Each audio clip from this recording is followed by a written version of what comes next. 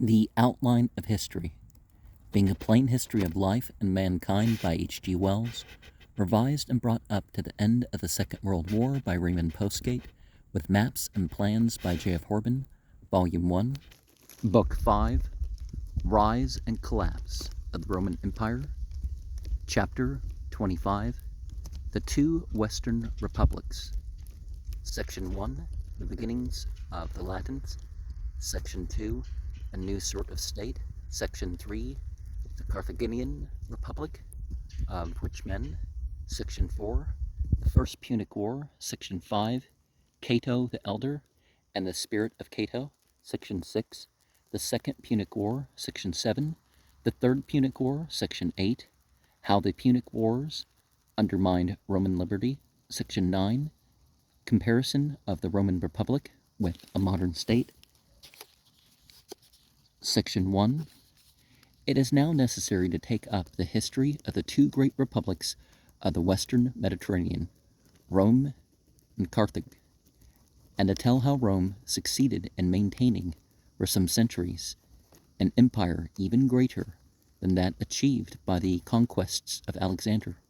But this new empire was, as we shall try to make clear, a political structure differing very profoundly in its nature from any of the Oriental empires that had preceded it. Great changes in the texture of human society and in the conditions of social interrelations had been going on for some centuries. The flexibility and transferability of money was becoming a power, and like all powers in expert hands, a danger in human affairs. It was altering the relations of rich men to the state and to their poorer fellow citizens. In this new empire, the Roman Empire, unlike all the preceding empires, was not the creation of a great conqueror. No Sargon, no Thutmose, no Nebuchadnezzar, no Cyrus, nor Alexander, nor Chandragupta was its fountainhead. It was made by a republic. It grew by a kind of necessity through new concentrating and unifying forces that were steadily gathering power in human affairs. The Western Mediterranean, 800 to 600 BCE. So the axial age, right? Down there we have Africa and the Mediterranean and Celt-Iberians, the Basques, the Atlantic, the Pyrenees, the Gauls, the Illyrians. But first, it is necessary to give some idea of the state of affairs in Italy in the centuries immediately preceding the appearance of Rome in the world story, before 1200 BCE, that is to say, before the rise of the Assyrian Empire, the siege of Troy, and the final destruction of Knossos, but after the time of Amenephis IV, Italy, like Spain, was probably still inhabited mainly by dark white people of the more fundamental Iberian or Mediterranean race. This aboriginal population was probably a thin and backward one, but already in Italy, as in Greece, the Aryans were coming southward. By 1000 BCE, immigrants from the north had settled over most of the north and center of Italy. Now, backward isn't or shouldn't be considered the same as, oh, well, they have a different culture, right? And as in Greece, they had intermarried with their darker predecessors and established a group of Aryan languages, the Italian group, more akin to the Celtic, Gallic, than to any other, of which the most interesting from the historical point of view was that spoken by the Latin tribes in the plains south and east of the river Tiber. Meanwhile, the Greeks had been settling down in Greece, and now they were taking to the sea and crossing over to South Italy and Sicily and establishing themselves there. Subsequently, they established colonies along the French Riviera and founded Marseille upon the site of an older Phoenician colony. Another interesting people also had come into Italy by sea. These were a brownish, sturdy people, to judge from the pictures they have left of themselves. Very probably they were a tribe of those Aegean dark whites who were being driven out of Greece and Asia Minor and the islands in between by the Greeks. We've already told the tale of Knossos and of the settlement of the kindred Philistines in Palestine. These Etruscans, as they were called in Italy, were known even in ancient times to be of Asiatic origin, and it is tempting, but probably unjustifiable to connect this tradition with the Aeneid, the epic of the Latin poet Virgil, in which Latin civilization is ascribed to Trojan immigrants from Asia Minor, but the Trojans themselves were probably an Aryan people, allied to the Phrygians. These Etruscan people conquered most of Italy north of the Tiber from the Aryan tribes who were scattered over that country. Probably the Etruscans ruled over a subjugated Italian population, so reversing the state of affairs in Greece, in which the Aryans were uppermost. The Western Mediterranean map may be taken to represent roughly the state of affairs about 750 BCE.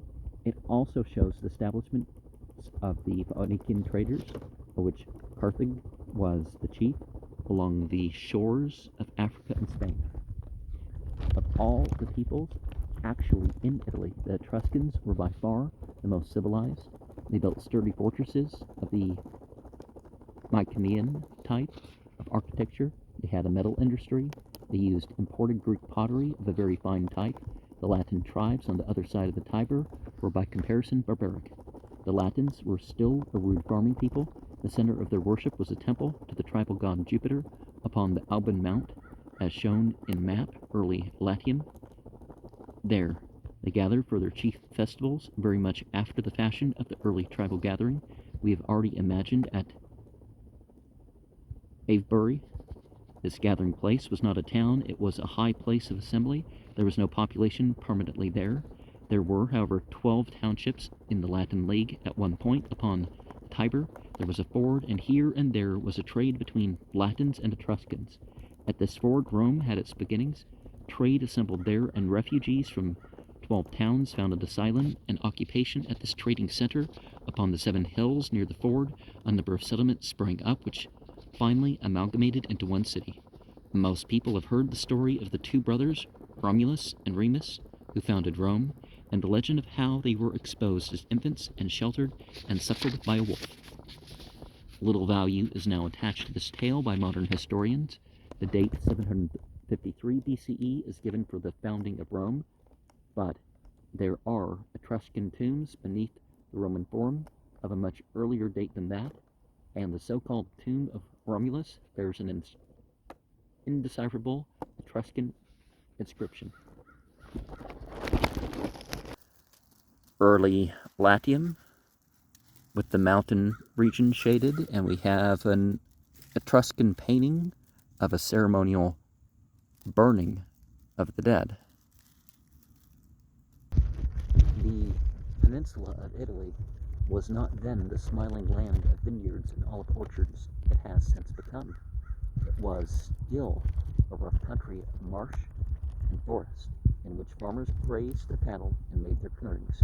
Rome, on the boundary between Latin and Etruscan, was not in a very strong position for defense. At first there were perhaps Latin kings in Rome, and it would seem the city fell into the hands of Etruscan rulers, whose tyrannous conduct led at last to their expulsion, and Rome became a Latin-speaking republic. The Etruscan kings were expelled from Rome in the 6th century BCE, while the successors of Nebuchadnezzar were ruling by sufferance of the Medes in Babylon, while Confucius was seeking a king to reform the disorders of China, and while Gautama was teaching the Aryan way to his disciples at Benares. Of the struggle between the Romans and the Etruscans, we cannot tell in any detail here. The Etruscans were the better armed, the more civilized, and the more numerous, and it would probably have gone hard with the Romans if they had to fight them alone. But two disasters happened to the Etruscans, which so weakened them that the first Romans were able at last to master them altogether. The first of these was a war with the Greeks of Syracuse and Sicily, which destroyed the Etruscan fleet, 474 BCE, and the second was a great raid of the Gauls from the north into Italy. These latter people swarmed into North Italy and occupied the valley of the Po towards the end of the 5th century BCE, as a couple of centuries later their kindred were to swarm down into Greece and Asia Minor and settle in Galatia. The Etruscans were thus caught between hammer and anvil, and after a long and intermittent war, the Romans were able to capture Veii, an Etruscan fortress a few miles from Rome, which had hitherto been a great threat and annoyance to them. It is to this period of struggle against the Etruscan monarchs, the Tarquins, that Macaulay's Lays of Ancient Rome, familiar to every schoolboy, refers. But the invasion of the Gauls was one of those convulsions of the nations that leave nothing as it has been before. They carried their raiding right down the Italian peninsula, devastating all Etruria.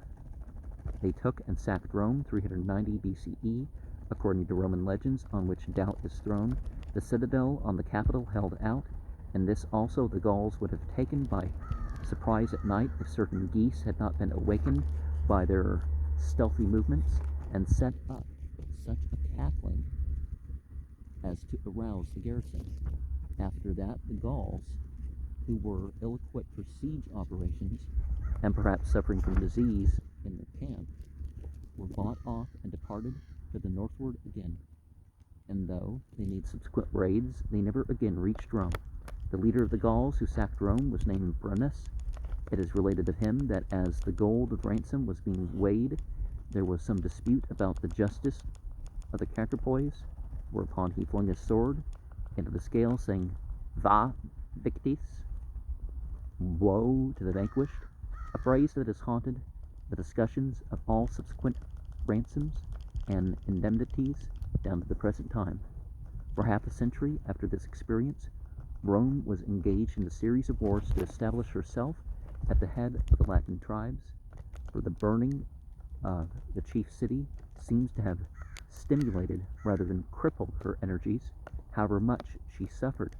Most of her neighbors seem to have suffered more. By 290 BCE, Rome was the mistress city of all central Italy, from the Arno to south of Naples. She had conquered the Etruscans altogether, and her boundaries marched with those of the Gauls to the north, and with the regions of Italy under Greek dominion, Magna Graecia to the south. Along the Gaulish boundary, she had planted garrisons and colonial cities, and no doubt it was because of that line of defense that the raiding enterprises of the Gauls were deflected eastward into the Balkans. After what we have already told of the history of Greece and the constitutions of her cities, it will not surprise the reader to learn that the Greeks of Sicily and Italy were divided up into a number of separate city governments, of which Syracuse and Tarentum, modern Taranto, were the chief, and that they had no common rule of direction or policy. But now, alarmed at the spread of the Roman power, they looked across the Adriatic for help, and found it in the ambitions of Pyrrhus, the king of Epirus. Between the Romans and Pyrrhus, these Greeks of Magna Graecia were very much in the same position that Greece proper had been in between the Macedonians and the Persians half a century before. The reader will remember that Epirus, the part of Greece that is close to the heel of Italy, was the native land of Olympias and the mother of Alexander. In the kaleidoscopic changes of the map that followed the death of Alexander, Epirus was sometimes swamped by Macedonia, sometimes independent. This Pyrrhus was a kinsman of Alexander the Great and a monarch of ability and enterprise, and he seemed to have planned a career of conquest in Italy and Sicily. He commanded an admirable army against which the comparatively inexpert Roman levies could at first do little. His army included all the established military devices of the time: an infantry phalanx, Thessalian cavalry, and 20 fighting elephants from the east. So we have the Roman power after the Samnite Wars, beginning of the 3rd century, compared with the contemporary map of the breakup of Alexander's empire. He routed the Romans at Heraclea, 280 BCE, and pressing after them, defeated them again at Ausculum, 279 BCE, in their own territory.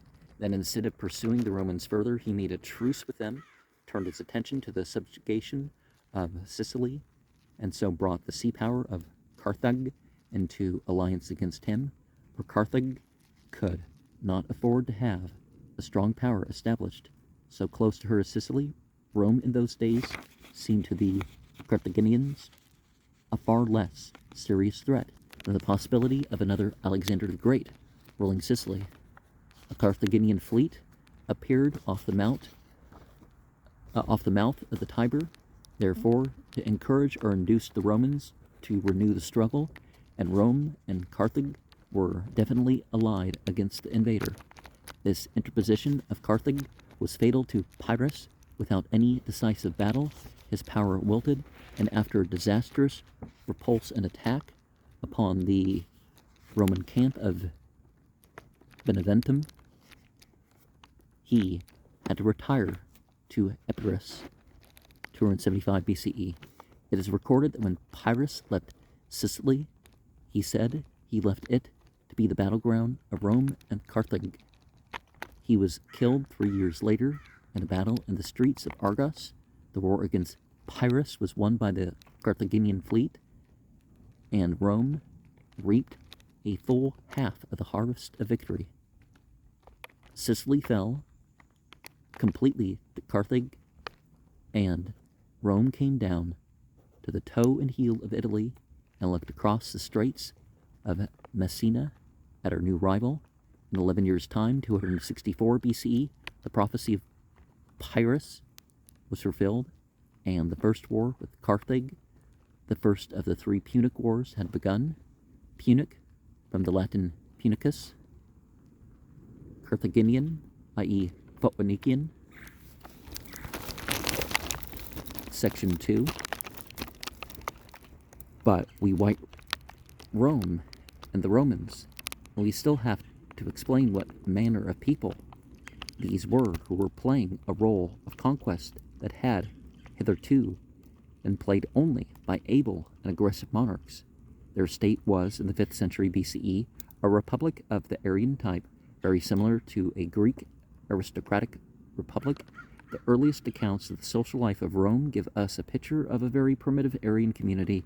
In the second half of the 5th century before Christ, Rome was still an aristocrat community of free peasants occupying an area of nearly 400 square miles, with a population certainly not exceeding 150,000, almost entirely dispersed over the countryside and divided into 17 districts or rural tribes.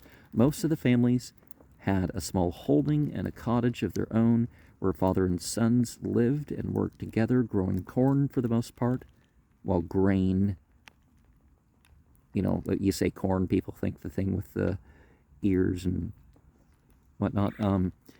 Their few head of cattle were kept at pasture on the neighboring common land. Their clothes and simple implements of husbandry they made for themselves at home. Only at rare intervals and on special occasions would they make their way into the fortified town, which was the center at once of their religion and their government.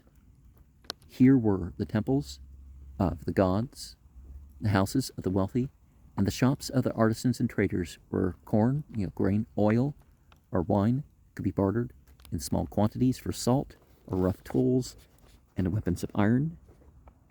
According to Pharaoh's The Greatness and Decline of Rome, we have a map of Italy after 275 BCE, and the Roman power shaded. This community followed the usual traditions of a division into aristocratic and common citizens, who were called in Rome patricians and plebeians. These were the citizens. The slave or outlander had no more part in the state than he had in Greece, but the constitution differed from any Greek constitution in the fact that a greater part of the ruling power was gathered into the hands of a body called the Senate, which was neither purely a body of hereditary members, nor directly an elected and representative one. It was a nominated one, and in the earlier period it was nominated solely from among the patricians. It existed before the expulsion of the kings, and in the time of the kings it was the king who nominated the senators, but after the expulsion of the kings, 510 BCE, the supreme government was vested in the hands of two elected rulers, the consuls, and it was the consuls who took over the business of appointing senators. In the early days of the Republic, only patricians were eligible as consuls or senators, and the share of the plebeians in the government consisted merely in a right to vote for the consuls and other public officials. Even for that purpose, their votes did not have the same value as those of their patrician fellow citizens, but their votes had at any rate sufficient weight to induce many of the patrician candidates to profess a more or less sincere concern for plebeian grievances. In the early phases of the Roman state, moreover, the plebeians were not only excluded from public office, but from intermarriage with the patrician class. The administration was evidently primarily a patrician affair. The early phase of Roman affairs was therefore an aristocracy of a very pronounced type, and the internal history of Rome, the 2 centuries and a half between the expulsion of the last Etruscan king, Tarquin the Proud, and the beginning of the First Punic War, 264 BCE, was very largely a struggle for mastery between those two orders, the patricians and the plebeians. It was, in fact, closely parallel with the struggle of aristocracy and democracy states of Greece.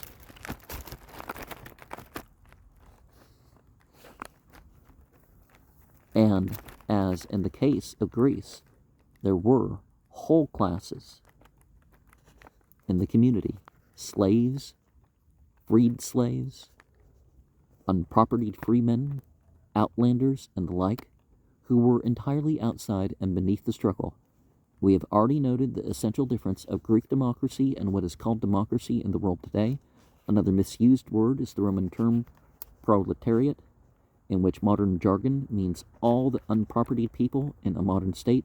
In Rome, the proletarii were a voting division of fully qualified citizens whose property was less than 10,000 copper asses, 275 pounds, or is that liras? It's the thing with the, or is it euros? Is it the thing that's semi like an L with a line? You can think of it kind of like a,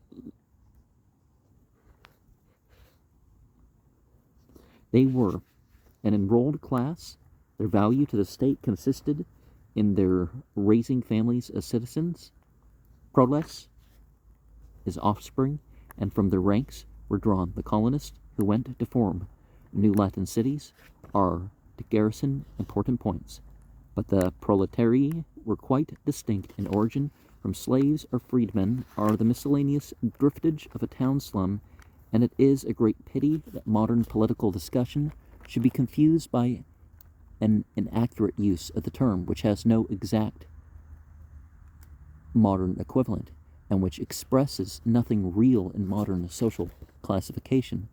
The mass of the details of this struggle between patricians and plebeians we can afford to ignore in this outline. It was a struggle which showed the Romans to be a people of a curiously shrewd character, never forcing things to a destructive crisis, but being within the limits of their discretion, grasping hard dealers. The patricians made a mean use of their political advantages to grow rich through the national conquest at the expense not only of the defeated enemy, but of the poor plebeian whose farm had been neglected and who had fallen into debt during his military service.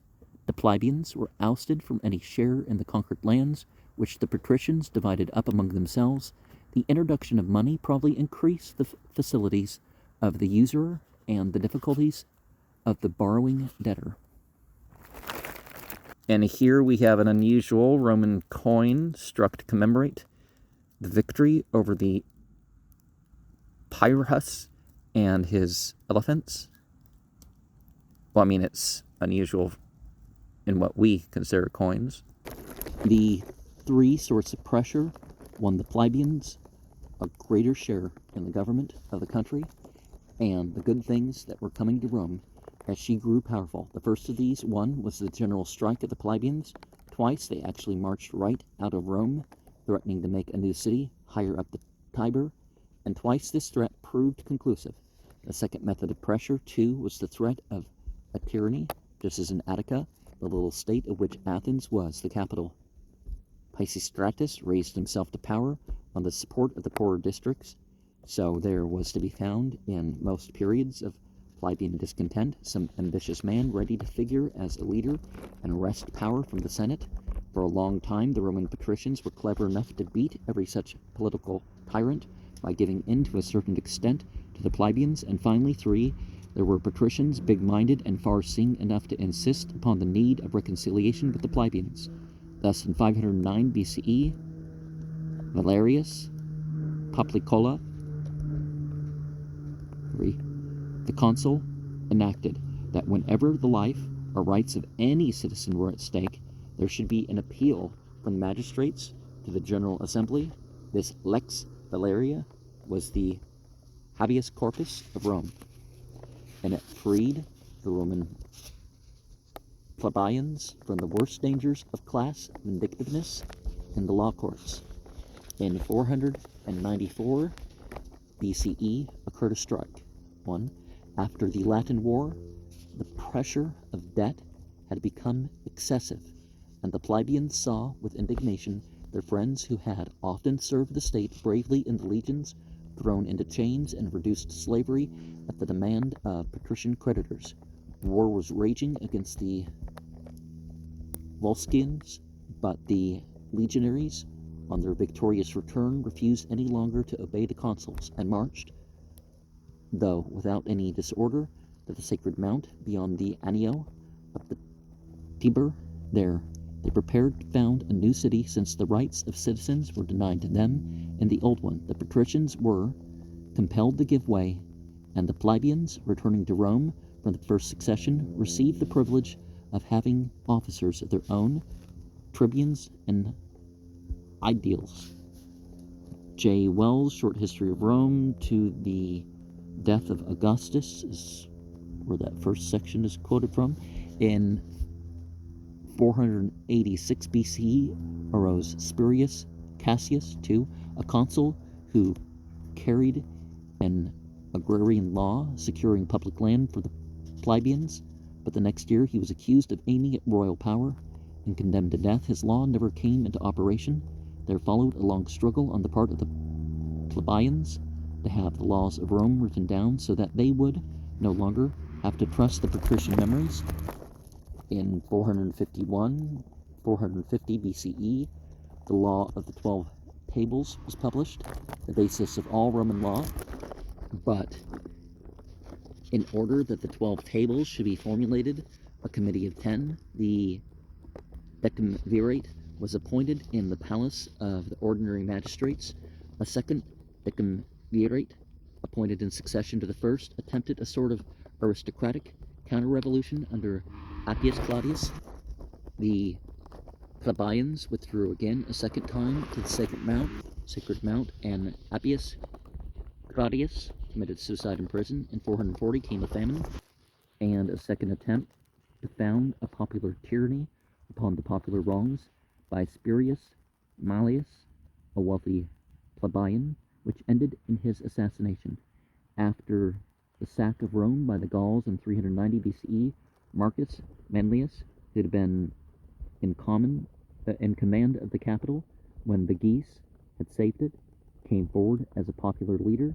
The plebeians were suffering severely from the after-war usury and profiteering of the patricians, and were incurring heavy debts in rebuilding and restocking their farms. Manlius spent his fortune in releasing debtors. He was accused by the patricians of tyrannous intentions, condemned and suffered the fate of condemned traitors in Rome, being flung from the Perpian rock, the precipitous edge of that same Capitoline hill he had defended. And here we have a representation of Mercury, the plebeian god of commerce. In 376 BCE, Licinius, who was one of the 10 tribunes for the people, began a long struggle with the patricians by making certain proposals called the Licinian rogations, that there should be a limit to the amount of public land taken by any citizen, so leaving some for everybody.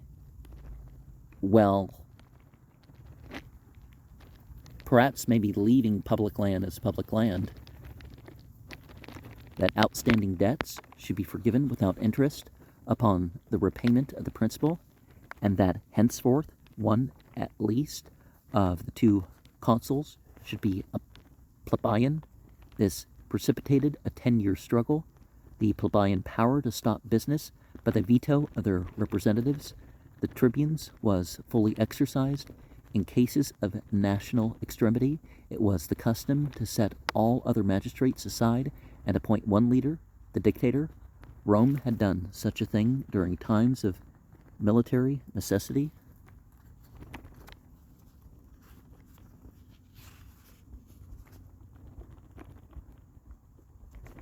Before, but now the patricians set up a dictator in a time of profound peace with the idea of crushing Licinius altogether. They appointed Camillus, who had been besieged and taken Veii from the Etruscans, but Camillus was a wiser man than his supporters. He brought about a compromise between the 2 orders in which most of the demands of the plebeians were conceded. 367 BCE, dedicated a temple to Concord and resigned his power. Thereafter, the struggle between the orders abated. It abated because, among other influences, the social differences between patricians and plebeians were diminishing. Trade was coming to Rome with increasing political power, and many plebeians were growing rich, and many patricians becoming relatively poor. Intermarriage had been rendered possible by a change in the law, and social intermixture was going on, while the rich plebeians were becoming, if not aristocratic, at least oligarchic in habits and sympathy. New classes were springing up in Rome with fresh interests and no political standing. Particularly abundant were the freedmen, slaves set free, for the most part artisans, but some of them traders, who were growing wealthy.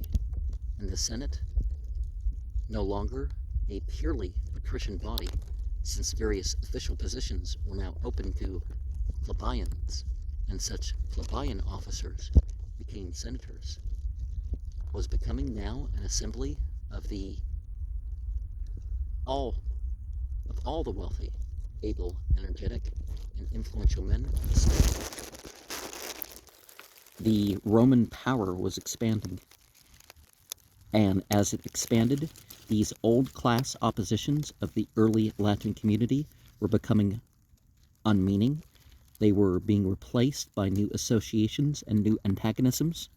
Rich men of all origins were being drawn together into a common interest against the communistic ideas of the poor. In 390 BCE, Rome was a miserable little city on the borders of Etruria, being sacked by the Gauls. In 279 BCE, she was ruling and unifying all Italy from the Arno to the Straits of Messina. The compromise of Camillus in 376 BCE had put an end to the internal dissensions and left her energies free for expansion, and the same queer combination of sagacity and aggressive selfishness that had distinguished the war of her orders at home and enabled her population to worry out a balance of power without any catastrophe marks her policy abroad. She understood the value of allies she could assimilate abroad as at home, she could in those days at least give and take with a certain fairness and sanity. There lay the peculiar power of Rome, by that it was she succeeded where Athens, for example, had conspicuously failed. The Athenian democracy suffered much from that narrowness of patriotism which is the ruin of all nations. Athens was disliked and envied by her own empire because she dominated it in a spirit of civic egotism. Her disasters were not felt and shared as disasters by her subject cities. The shrewder, nobler Roman senators of the great years of Rome before the First Punic War overstrained her moral strength and began her degeneration, were not only willing in the last resort to share their privileges with the mass of their own people, but eager to incorporate their sturdiest antagonists upon terms of equality with themselves. They extended their citizenship cautiously but steadily. Some cities became Roman, with even a voting share in the government.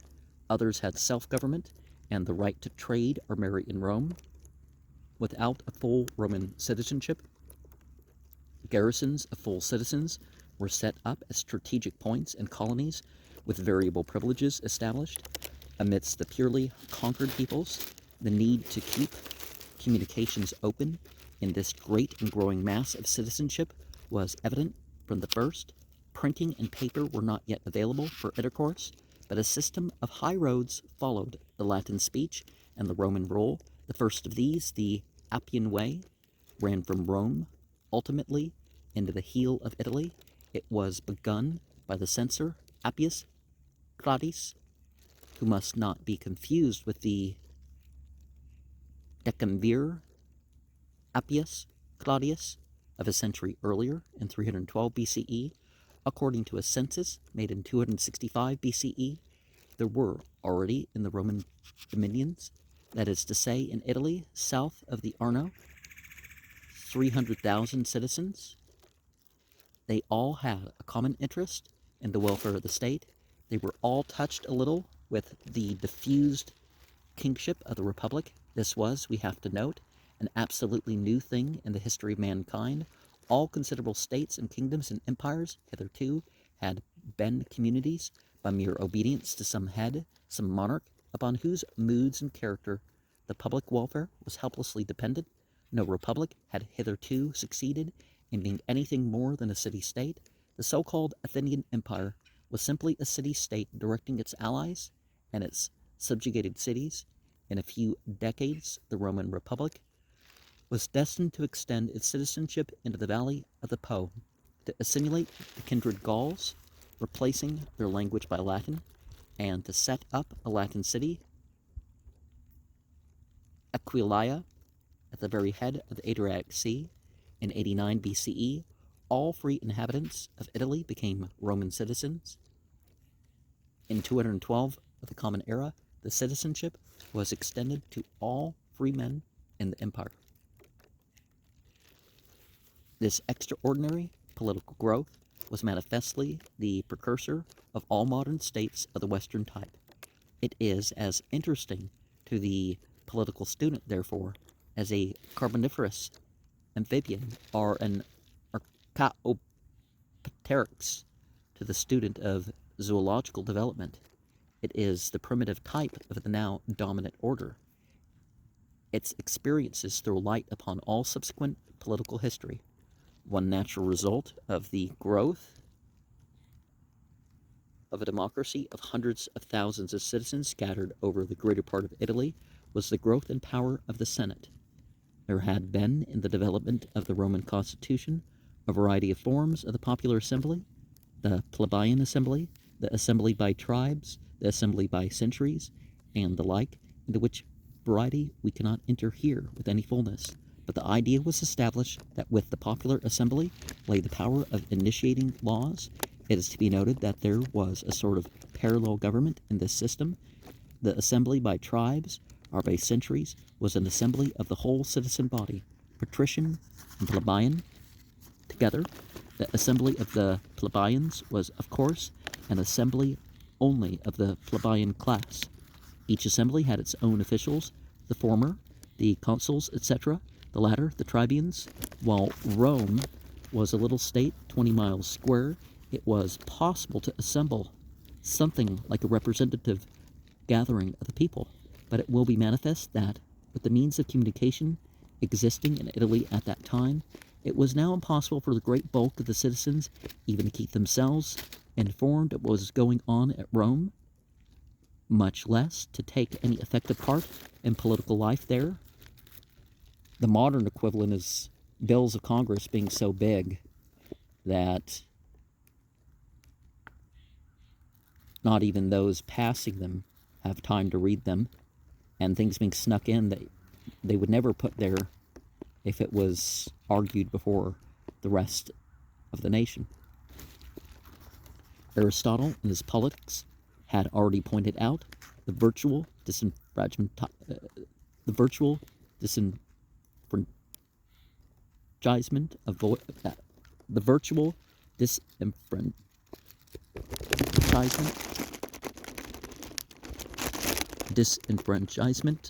of voters. I may edit out such things at some point. Mistakes and readings that you obviously noticed, who lived out of the city and were preoccupied with agricultural pursuits, and this sort of disenfranchisement by mechanical devices was applied to the vast majority of Roman citizens. With the growth of Rome in an unanticipated weakness crept into political life through these causes, and the popular assembly became more and more a gathering of political hacks and the city riffraff, and less a representation of the ordinary worthy citizens. The popular assembly came nearest to power and dignity in the 4th century BCE. From that period, it steadily declined in influence, and the new Senate, which was no longer a patrician body with a homogeneous and, on the whole, a noble tradition, but a body of rich men, ex-magistrates, powerful officials, bold adventurers, and the like, pervaded by a strong disposition to return to the idea of hereditary qualification, became for 3 centuries the ruling power in the Roman world. There are 2 devices since known to the world which might have enabled the popular government of Rome to go on developing beyond its climax in the days of Appius Claudius the Censor at the close of the 4th century BCE, but neither of them occurred to the Roman mind. The first of these devices was a proper use of print. In our account of early Alexandria, we have already remarked upon the strange fact that printed books did not come into the world in the 4th or 3rd century BCE. This account of Roman affairs forces us to repeat that remark. To the modern mind, it is clear that a widespread popular government demands, as a necessary condition for health, a steady supply of correct information upon public affairs to all the citizens and a maintenance of interests. The popular governments in the modern states that have sprung up on either side of the Atlantic during the last 2 centuries have been possible only through the more or less honest and thorough ventilation of public affairs through the press. But in Italy, the only way in which the government at Rome could communicate with any body of its citizens elsewhere was by sending a herald, and with the individual citizen it could hold no communication by any means at all. The second device, for which the English are chiefly responsible in the history of mankind, which the Romans never used, was the almost equally obvious one of the representative government. The old popular assembly in its threefold form, it would have been possible to have substituted a gathering of delegates. Later on in history, the English did, as the state grew, realize this necessity. Certain men, the knights of the shire, were called up to Westminster to speak and vote for the local feeling, and were more or less formally elected for that end. The Roman situation seems to a modern mind to have called aloud for such a modification. It was never made. The method of assembling the comitia tributa, one of the 3 main forms of the popular assembly, was the proclamation of a herald, who was necessarily and audible to most of Italy. 17 days before the date of the gathering, the augurs, the priest of divination whom Rome had inherited from the Etruscans, examined the entrails of sacrificial beasts on the night before the actual assembly, and if they thought fit to say that these gory portents were unfavorable, the comitia tributa dispersed. But if the augurs reported that the livers were propitious, there was a great blowing of horns from the Capitol and from the walls of the city, and the assembly went on. It was held in the open air, either in the little forum beneath the Capitol, or in a still smaller recesses opening out of the forum, or on the military exercising ground, the Campus Martius, now the most crowded part of modern Rome, but then an open space. Business began at dawn with prayer. There were no seats, and this probably helped to reconcile the citizens to the rule that everything ended at sunset, which would also be a time of prayer. After the opening prayer came a discussion of the measures to be considered by the assembly, and the proposals before the meeting were read out.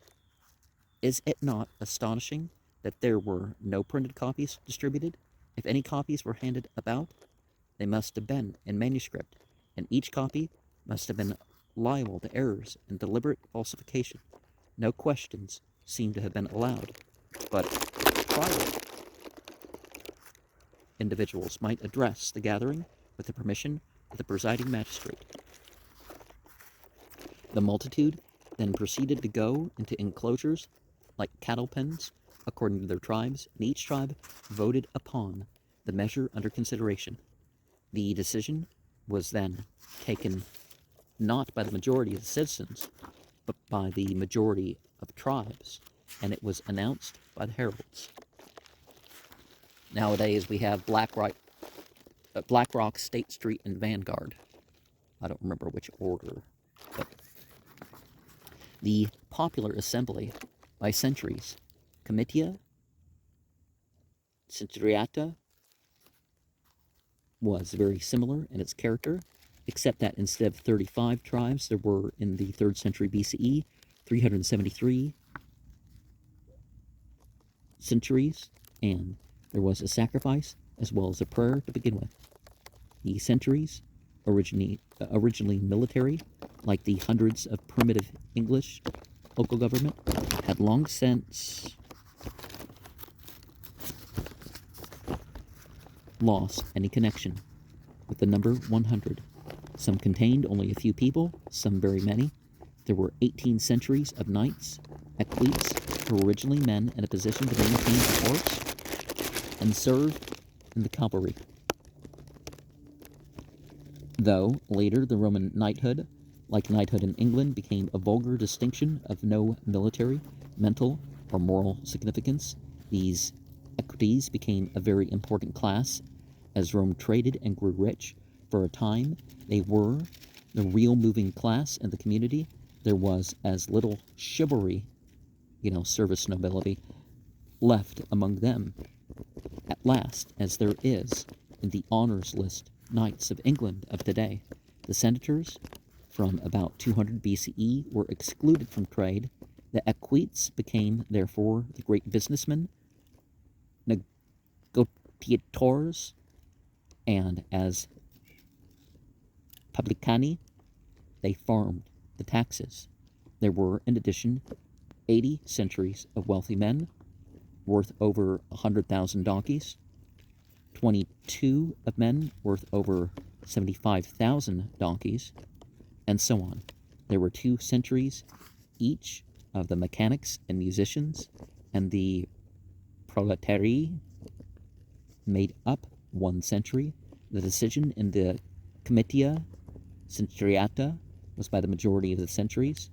Is it any wonder that with the growth of the Roman state and the complication of its business, power shifted back from such a popular assembly to the Senate, which was a comparatively compact body, varying between 300 as a minimum and, at the utmost, 900 members, to which it was raised by Caesar, men who had to do with affairs and big business, who knew each other more or less, and had a tradition of government and policy.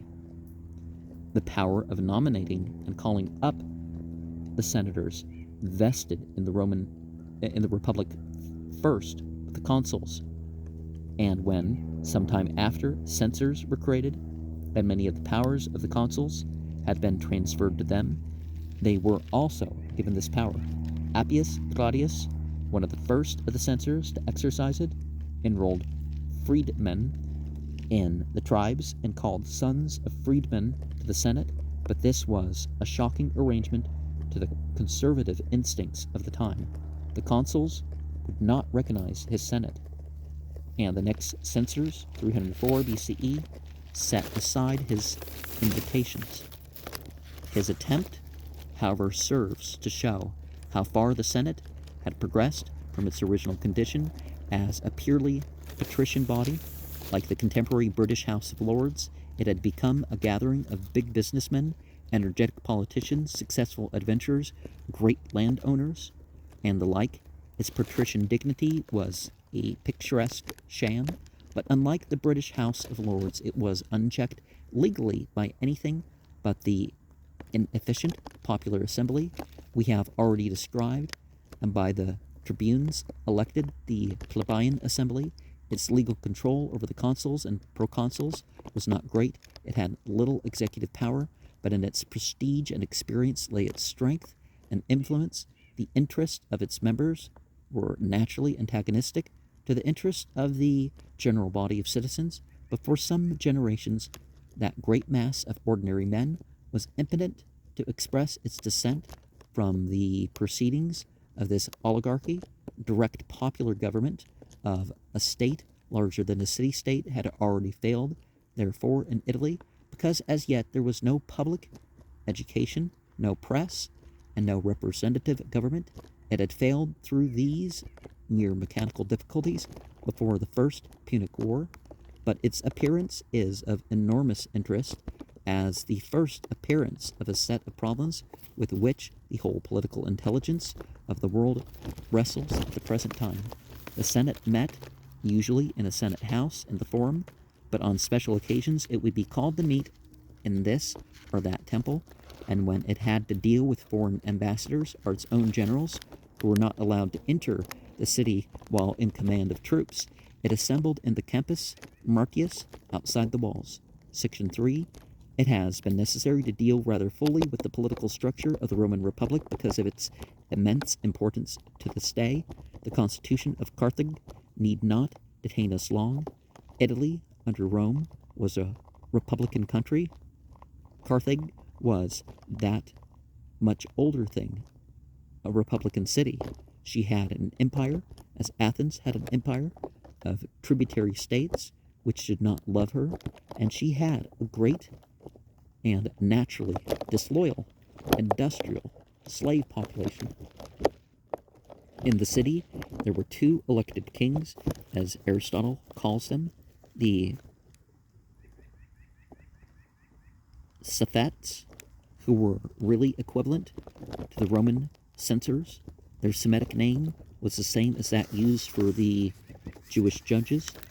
There was an impotent public assembly and a senate of leading personages, but two committees of the Senate, nominally elected, but elected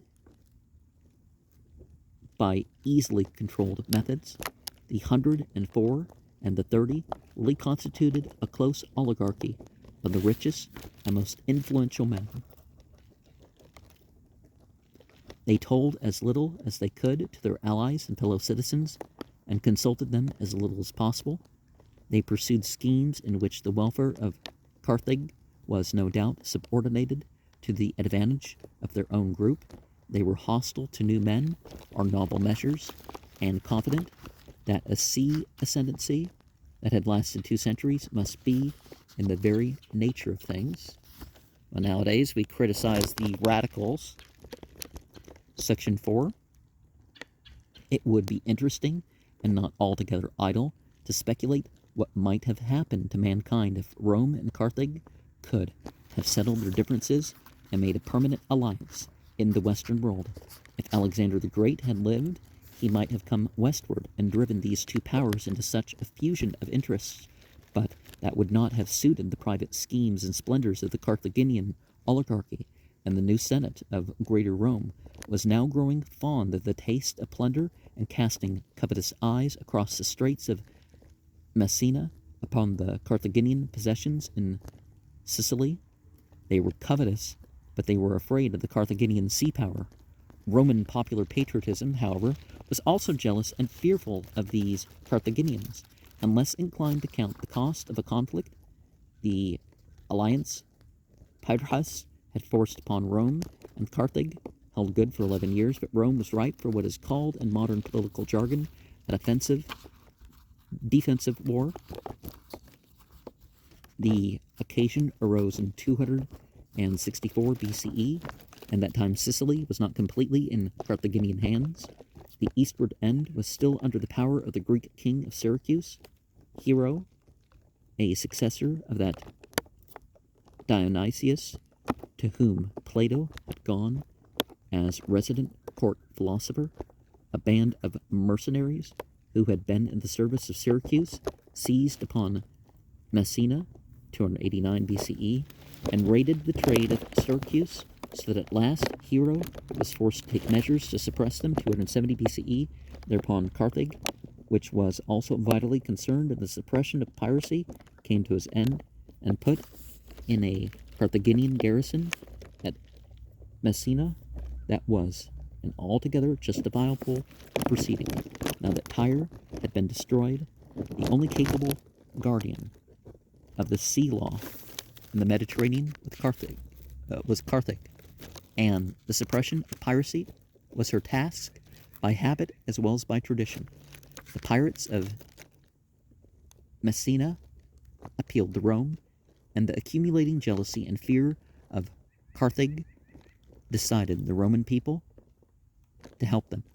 An expedition was dispatched to Messina under the consul Appius Claudius.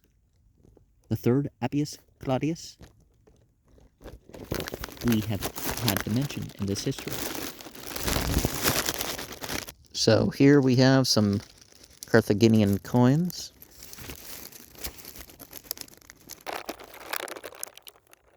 And you notice the different script.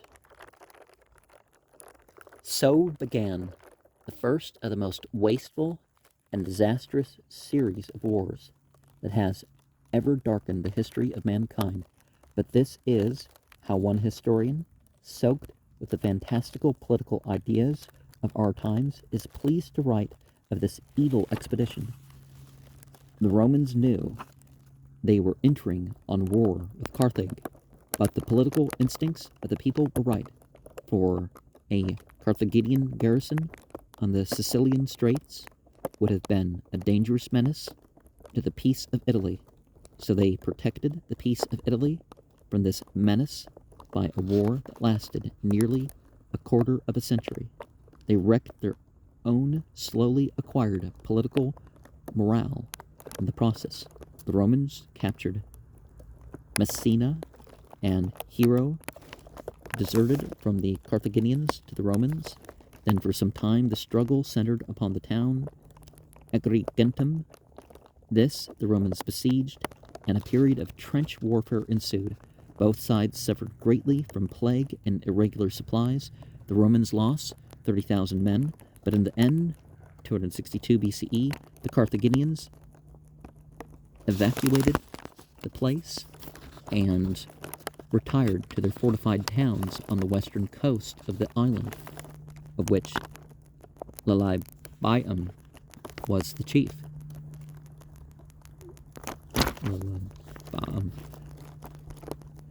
These they could supply easily from the African mainland, and as long as their sea ascendancy held, they could exhaust any Roman effort against them. And now a new and very extraordinary phase of the war began. The Romans came out upon the sea, and to the astonishment of the Carthaginians, and themselves defeated the Carthaginian fleet. Since the days of Salamis, there had been a considerable development of naval architecture. Then the ruling type of battleship was a trireme, a galley with 3 banks, rows of oars, and now the leading Carthaginian battleship was a quinquereme, a much bigger galley with 5 banks of oars, which could ram or shear the oars of any feebler vessel. The Romans had come into the war with no such shipping. Now they set to work to build quinqueremes, being helped, it is said, in their designing by one of these Carthaginian vessels coming ashore. In 2 months they built 100 quinqueremes and 30 triremes, but they had no skilled navigators, no experienced oarsmen, and these deficiencies they remedied partly with the assistance of their Greek allies and partly by the invention of new tactics. Instead of relying upon ramming or breaking the oars of the adversary, which demanded more seamanship than they possessed, they decided to board the enemy, and they constructed a sort of long drawbridge on their ships, held up to a mast by a pulley, and with grappling hooks and spikes at the end, they also loaded their galleys with soldiers. Then, as the Carthaginian rammed or swept alongside, this corvus, as it was called, could be let down, and the boarders could swim aboard him. Simple as this device was, it proved a complete success. It changed the course of the war and the fate of the world. The small amount of invention needed to counteract the corvus was not apparently within the compass of the Carthaginian rulers. At the Battle of Mylae, 260 BCE, the Romans gained their first naval victory and captured or destroyed 50 vessels. At the Great Battle of Ecnomus, 256 BCE, probably the greatest naval engagement of antiquity, J. Wells' Short History of Rome to the Death of Augustus, in which 700 or 800 big ships were engaged, the Carthaginians showed that they had learnt nothing from their former disaster. According to rule, they outmaneuvered and should have defeated the Romans, but the corvus again defeated them. The Romans sank 30 vessels and captured 64. Thereafter, the war was continued with violent fluctuations of fortune, but with a continuous demonstration of the greater energy, solidarity, and initiative of the Romans. After Ecnomus, the Romans invaded Africa by sea and sent an insufficiently supported army, which, after many successes and the capture of Tunis, within 10 miles of Carthage, was completely defeated. They lost their sea ascendancy through a storm and regained it by building a second fleet of 220 ships. Within 3 months, they captured Palermo and defeated a great Carthaginian army there, 251 BCE, capturing 104 elephants and making such a triumphal procession into Rome as that city had never seen before. They made an unsuccessful siege of Lilybæum, the chief surviving Carthaginian stronghold in Sicily.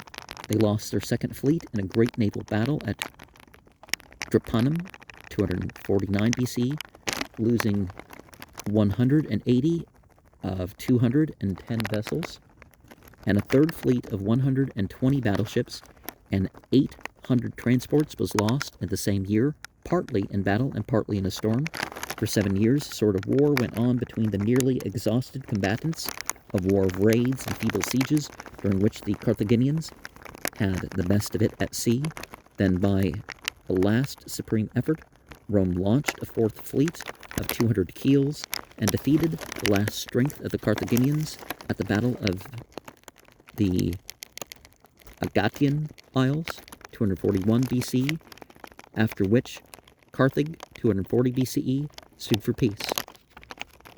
By the terms of this peace, all Sicily, except for the dominions of Hero of Syracuse, became an estate of the Roman people.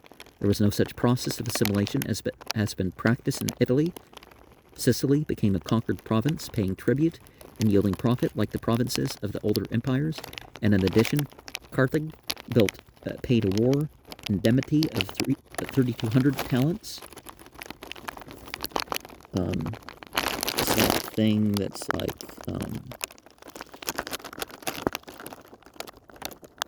Is it liars? 788,000 liars.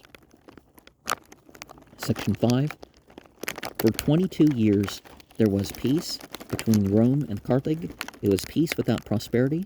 Both combatants were suffering from the want and disorganization that follow naturally and necessarily upon all great wars.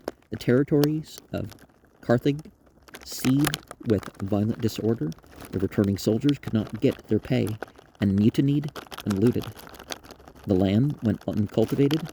We read of horrible cruelties in the suppression of these troubles by Hamilcar, the Carthaginian general, of men being crucified by the thousand.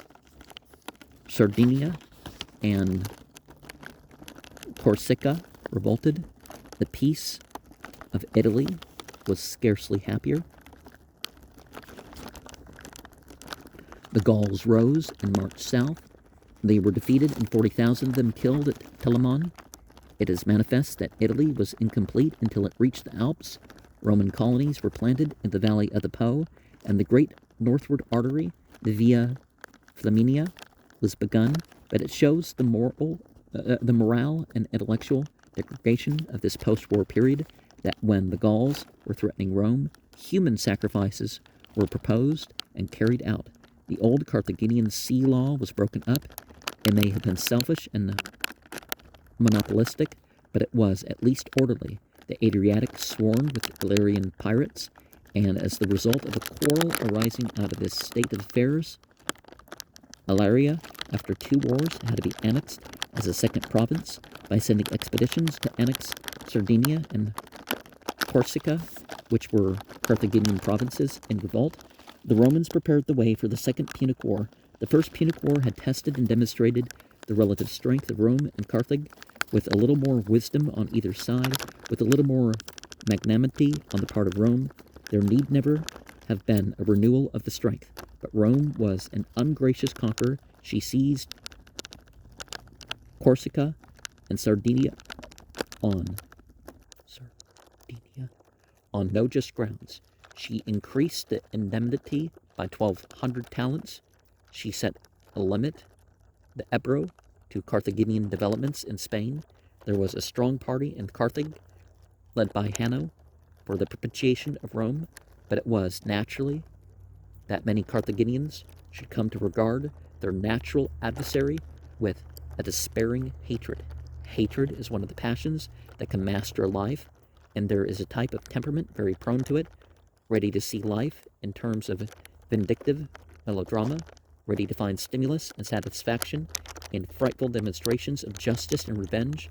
The fears and jealousies of the squatting place and cave still bear their dark blossoms in our lives. We are not 400 generations yet from the old Stone Age. Great wars, as all Europe knows, give this hating temperament the utmost scope, and the greed and pride and cruelty that the First Punic War had released were now producing a rich crop of anti-foreign monomania. The outstanding figure upon the side of Carthage was a great general and administrator, Hamilcar Barca, who now set himself to circumvent and shatter Rome. He was the father-in-law of Hasdrubal and the father of a boy, Hannibal, destined to be the most dreaded enemy that ever scared the Roman state, the Roman Senate. The most obvious course before Carthage was the reconstruction of its fleet and naval administration and the recovery of sea power. But this, it would seem, Hamilcar could not effect. As an alternative, he resolved to organize Spain as the base of the land attack on Italy. He went to Spain as governor in 236 BCE, and Hannibal related afterwards that his father then, he was a boy of 11, made him vow deathless hostility to the Roman power. This quasi-insane concentration of the gifts and lives of the Barca family upon revenge is but one instance of the narrowing and embitterment of life, that the stresses and universal sense of insecurity of this great struggle produce in the minds of men. The Roman os, bronze, 4th century BCE.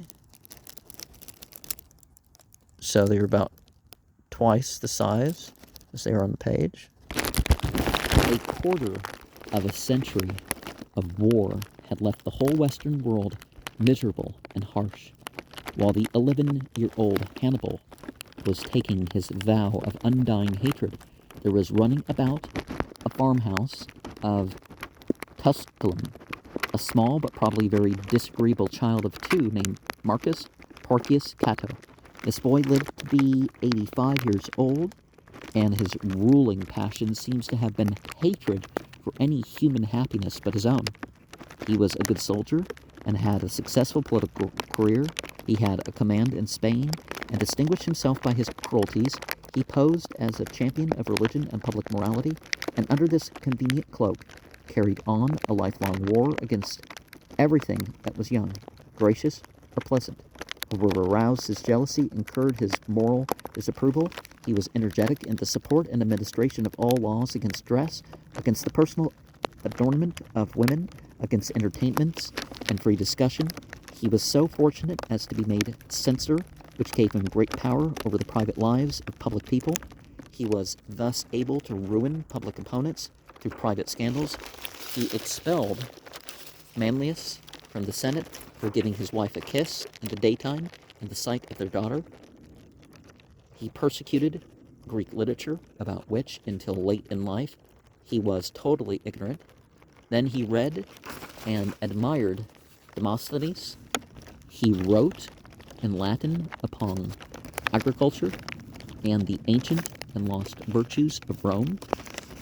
From these writings, much light is thrown upon his qualities. One of his maxims was that when a slave was not sleeping, he should be working. Another was that old oxen and slaves should be sold off. He left the war horse that had carried him through his Spanish campaigns behind him when he returned to Italy in order to save fright. He hated other people's gardens and cut off the supply of water for garden use in Rome. After entertaining company, when dinner was over, he would go out to correct any negligence in the service with a leather thong. He admired his own virtues very greatly and insisted upon them in his writings. There was a battle at Thermopylae against Antiochus the Great, of which he wrote, "Those who saw him charging the enemy, routing and pursuing them, declared that Cato owed less to the people of Rome than the people of Rome owed to Cato." Plutarch, Life of Cato. Plutarch's Lives is shared on this channel. In his old age, Cato became mischievous and misconducted himself with a woman slave. Finally, when his son protested against this disorder of their joint household, he married a young wife, the daughter of his secretary, who was not in a position to refuse his offer. What became of the woman slave is not told. Probably he sold her. This compendium of all the old Roman virtues died at an advanced age, respected and feared. Almost his last public act was to urge on the Third Punic War and the final destruction of Carthage. He had gone to Carthage as a commissioner to settle certain differences between Carthage and Numidia, and he had been shocked and horrified to find some evidences of prosperity and even of happiness in that country. From the time of that visit onward, Cato concluded every speech he made in the Senate by croaking out, "Delenda est Carthago." Carthage must be destroyed. Such was the type of man that rose to prominence in Rome during the Punic struggle. Such was the antagonist of Hannibal and the Carthaginian Revancha, and by him and by Hannibal we may judge the tone and quality of the age. The two great Western powers, and Rome, perhaps more than Carthage, were strained mentally and morally by the stresses of the First War. The evil side of life was uppermost. The history of the Second and Third Punic Wars, 218 to 201 and 149 to 146 BCE, it is plain is not the history of perfectly sane peoples. It is nonsense for historians to write of the political instincts of the Romans or Carthaginians. Quite other instincts were loose. The red eyes of the ancestral ape had come back into the world. It was a time when reasonable men were howled down or murdered. The true spirit of the age is shown in the eager examination for signs and portents of the still quivering livers of those human victims who were sacrificed in Rome during the panic before the battle of Telamon. The Western world was indeed black with homicidal monomania. Two great peoples, both very necessary to the world's development, fell foul of one another, and at last Rome succeeded in murdering Carthage. We can only tell very briefly here of the particulars of the Second and Third Punic Wars. We have told how Hamilcar began to organize Spain, and how the Romans forbade him across the Ebro. He died in 228 BCE and was followed by his son-in-law Hasdrubal, who was assassinated in 221 BCE and succeeded by Hannibal, who was now 26. The actual war was precipitated by the Romans making a breach of their own regulations and interfering with affairs south of the Ebro, whereupon Hannibal marched straight through the south of Gaul and crossed the Alps 218 BCE into Italy.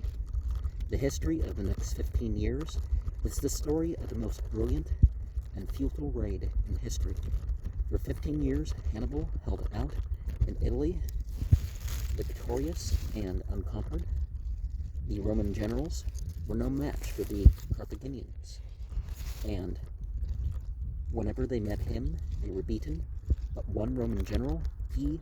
Cornelius Scipio, had the strategic sense to take a course that robbed all Hannibal's victories of fruit. At the outbreak of the war, he had been sent by sea to Marseille to intercept Hannibal. He arrived 3 days late, and instead of pursuing him, he sent on his army into Spain to cut up Hannibal's supplies and reinforcements. Throughout all the subsequent war, there remained this Roman army of Spain between Hannibal and his base. He was left in the air, incapable of conducting sieges or establishing conquests. Whenever he met the Romans in open fight, he beat them. He gained 2 great victories in North Italy and won over the Gauls to his side. He pressed south into Etruria and ambushed, surrounded, and completely destroyed a Roman army at Lake Trasimene in 216 BCE. He was assailed by a vastly superior Roman force under Varro at Cannae and destroyed it utterly. 50,000 men are said to have been killed and 10,000 prisoners taken. He was, however, unable to push on and capture Rome because he had no siege equipment. But Cannae pursued other fruits. A large part of southern Italy came over to Hannibal, including Capua, the city next in size to Rome, and the Macedonians allied themselves with him. Moreover, Hero of Syracuse, the faithful ally of Rome, was now dead, and his successor, Hieronymus, turned over to the Carthaginians. The Romans carried on the war, however, with great toughness and resolution. They refused to treat with Hannibal. After Cannae, they pressed a slow but finally successful blockade and siege of Capua, and a Roman army set itself to reduce Syracuse. The siege of Syracuse is chiefly memorable for the brilliant inventions of the philosopher Archimedes, which long held the Romans at bay. We have already named this Archimedes as one of the pupils and correspondents at the school of the Alexandrian Museum. He was killed in the final storm of the town, Tarentum, 209 BCE, Hannibal's chief port and means of supply from Carthage.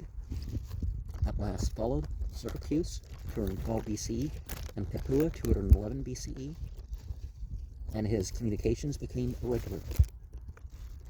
Spain was also wrested bit by bit from the Carthaginian grip when at last reinforcements for Hannibal under his brother Hasdrubal, not to be confused with his brother-in-law of the same name who was assassinated, struggled through into Italy.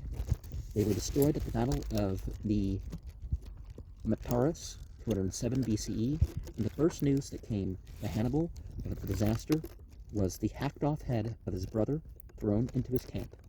Therefore, Hannibal was blockaded into Calabria, the heel of Italy.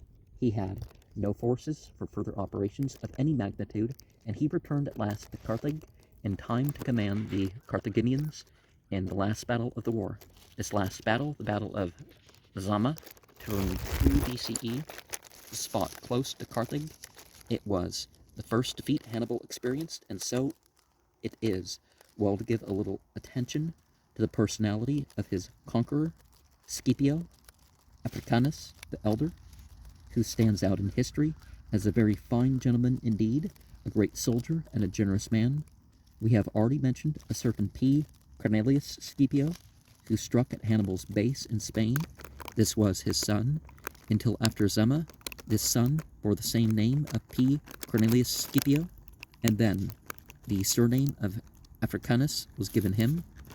The younger Scipio Africanus Minor, who was later to end the Third Punic War, was the adopted son of this first Scipio Africanus the Elder. Scipio Africanus was everything that aroused the distrust, hatred, and opposition of old-fashioned Romans of the school of Cato. He was young, he was happy and able, he spent money freely, he was well-versed in Greek literature, and inclined rather to Phrygian novelties in religion than to the sterner divinities of Rome. And he did not believe in the extreme discretion that then ruled Roman strategy. After the early defeats of the Second Punic War, Roman military operations were dominated by the personality of a general, Fabius, who raised the necessity of avoiding battle with Hannibal into a kind of sacred principle. For 10 years, Fabian tactics prevailed in Italy. The Romans blockaded, cut up convoys, attacked stragglers, and ran away whenever Hannibal appeared. No doubt it was wise for a time after the first defeats to do this sort of thing, but the business of the stronger power, and Rome was the stronger power through the Second Punic War, is not to tolerate an interminable war, but to repair losses, discover able generals, train better armies, and destroy the enemy power. Decision is one of the duties of strength. To such men as young Scipio, the sly and effective artfulness of Fabianism, which was causing both Italy and Carthage to bleed slowly to death, was detestable. He clamored for an attack upon Carthage itself, but Fabius on this occasion filled the city with alarms, as if the Commonwealth was going to be brought into the most extreme danger by a rash and indiscreet young man. In short, he scrupled not to do or say anything he thought likely to dissuade his countrymen from embracing the proposal. With the Senate, he carried his point, but the people believed that his opposition to Scipio proceeded either from envy of his success or from a secret fear that if this young hero should perform some signal exploit, put an end to the war, or even remove it out of Italy, his own slow proceedings through the course of so many years might be imputed to indolence or timidity.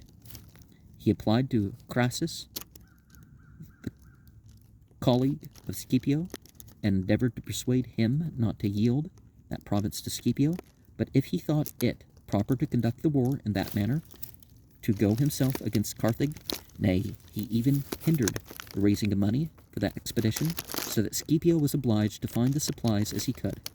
He endeavored to prevent the young man who offered to go as volunteers from giving in their names, and loudly declared, both in the Senate and Forum, that Scipio did not only himself avoid Hannibal, but intended to carry away with him the remaining strength of Italy, persuading the young men to abandon their parents, their wives, and native city, while an unsubdued and potent enemy was still at their doors.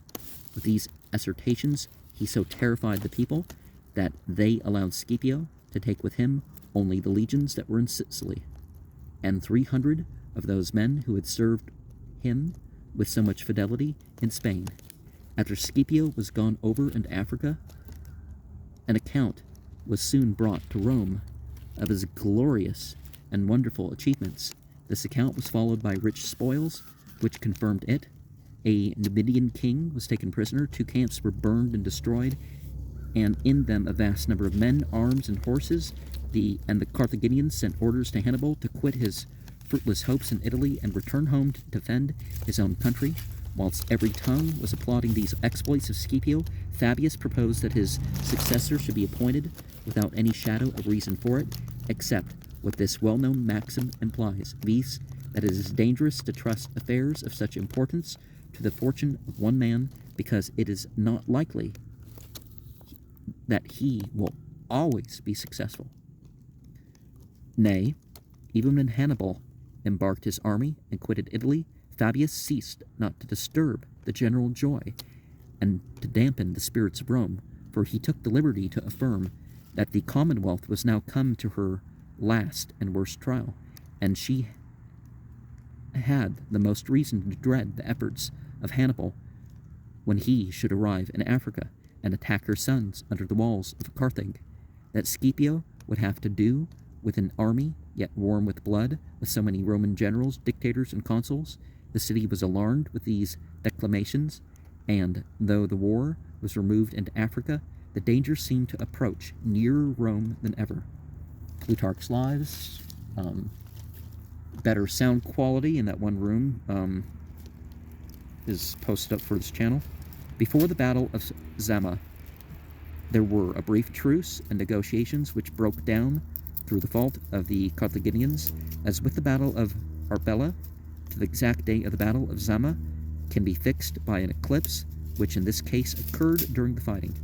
The Romans had been joined by the Numidians, the hinterland people of Carthage, under their king Massinissa, and this gave them, for the first time in any battle against Hannibal, a great superiority of cavalry. Hannibal's cavalry wings were driven off, while at the same time the sounder discipline of Scipio's infantry enabled them to open lanes for the charge of the Carthaginian war elephants without being thrown into confusion. We have the extent of the Roman power at its and its alliances about 150 BCE. Roman power, vertical, more spaced apart. Ptolemaic Empire, other allies of Rome, diagonal. Hannibal attempted to extend his infantry line to envelop the Roman infantry mass, but while at Cannae, all the advantage of training and therefore of maneuvering power had been on his side, and he had been able to surround and massacre a crowd of infantry. He now found against him an infantry line better than his own. His own line broke as it extended. The Roman legions charged home, and the day was lost. The Roman cavalry came back from the pursuit of Hannibal's horse to turn what was already a defeat into a disastrous rout. Carthage submitted without any further struggle. The terms were severe, but they left it possible for her to hope for an honorable future.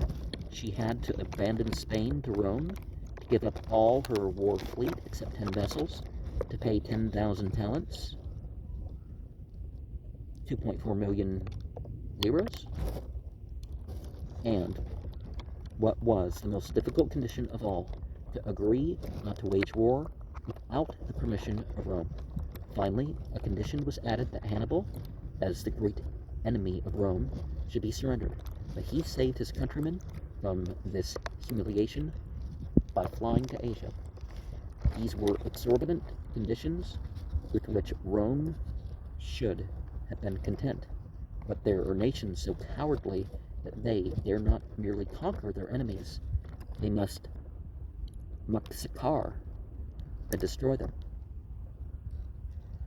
The general The generation of Romans that saw greatness and virtue in a man like Cato the censor necessarily made their country a mean ally and a cowardly victor.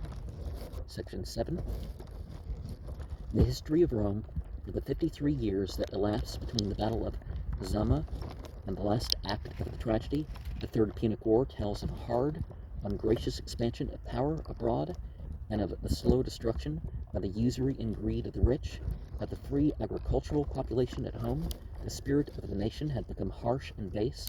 There was no further extension of citizenship, no more generous attempts at the assimilation of congenital foreign populations. Spain was administered badly and settled slowly and with great difficulty.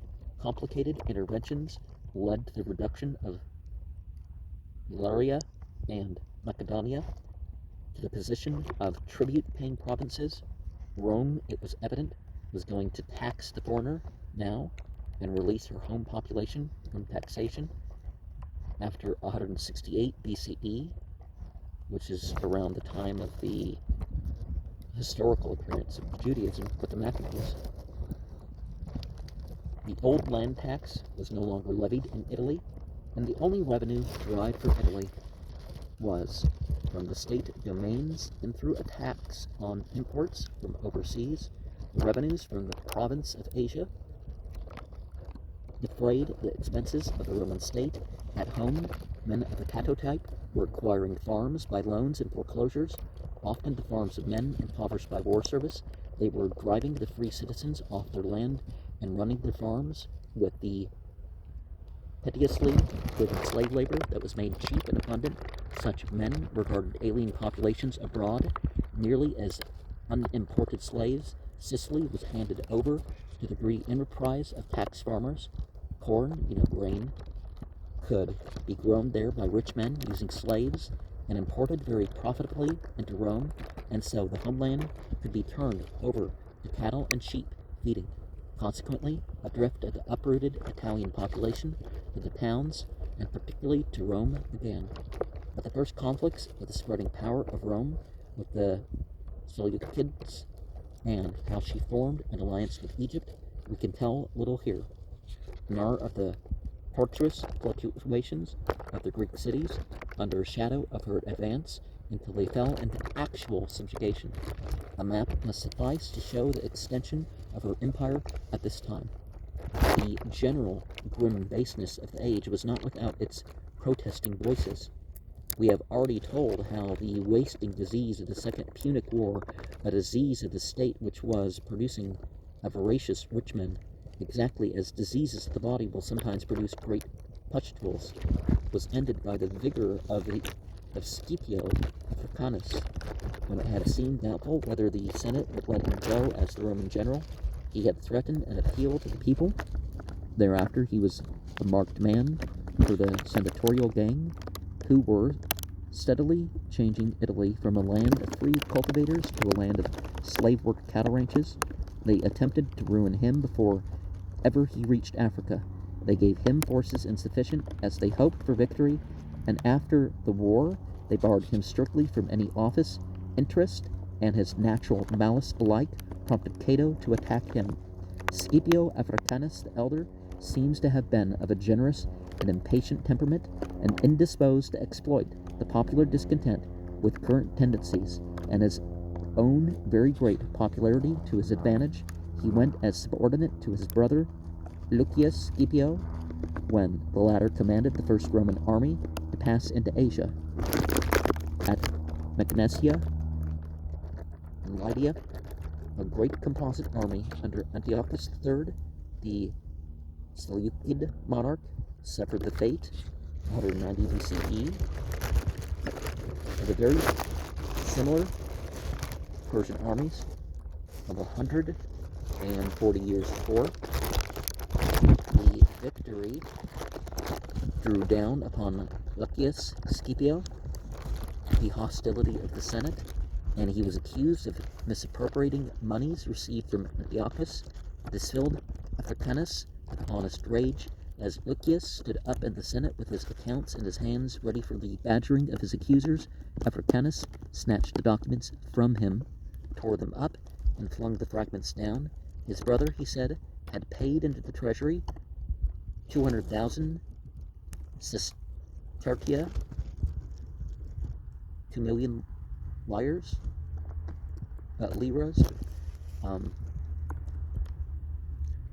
Was he now to be pestered and tripped up upon this or that item? When later on Lucius was prosecuted and condemned, Africanus rescued him by force. Being impeached, he reminded the people that the day was the anniversary of the Battle of Zama, and defied the authorities amidst the plaudits of the crowd. The Roman people seem to have liked and supported Scipio Africanus, and after an interval of 2,000 years, men must like him still. He was able to throw sandpaper in the face of the Senate, and when Lucius was attacked again, one of the tribunes of the people interposed his veto and quashed the proceedings. But Scipio Africanus lacked that harder alloy which makes men great democratic leaders. He was no Caesar. He had none of the qualities that subdue a man to the base necessities of political life. After these events, he retired in disgust from Rome to his estates, and there he died in the year 183 BCE. In the same year died Hannibal. He poisoned himself in despair. The steadfast fear of the Roman Senate had hunted him from court to court. In spite of the indignant protest of Scipio, Rome, in the peace negotiations, had demanded his surrender from Carthage, and she continued to make this demand of every power that sheltered him. When peace was made with Antiochus III, this was one of the conditions. He was run to earth at last in Bithynia. The king of Bithynia detained him in order to send him to Rome, but Hannibal had long carried the poison he needed in a ring, and by this time it adds to the honor of the name Scipio that it was another Scipio, Scipio Nasica. He parodied Cato's Delenda Esthago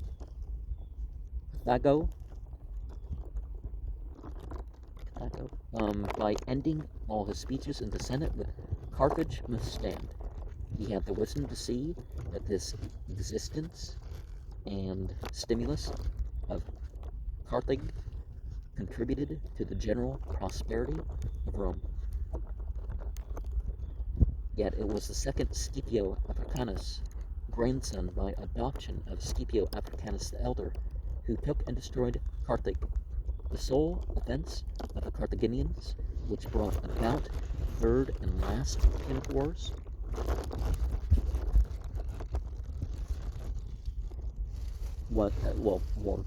was that they continued to trade and prosper. Their trade was not a trade that competed with that of Rome. When Carthage was destroyed, much of her trade died with her, and North Africa entered upon a phase of economic progression, but her prosperity aroused that passion of envy, which was evidently more powerful even than avarice.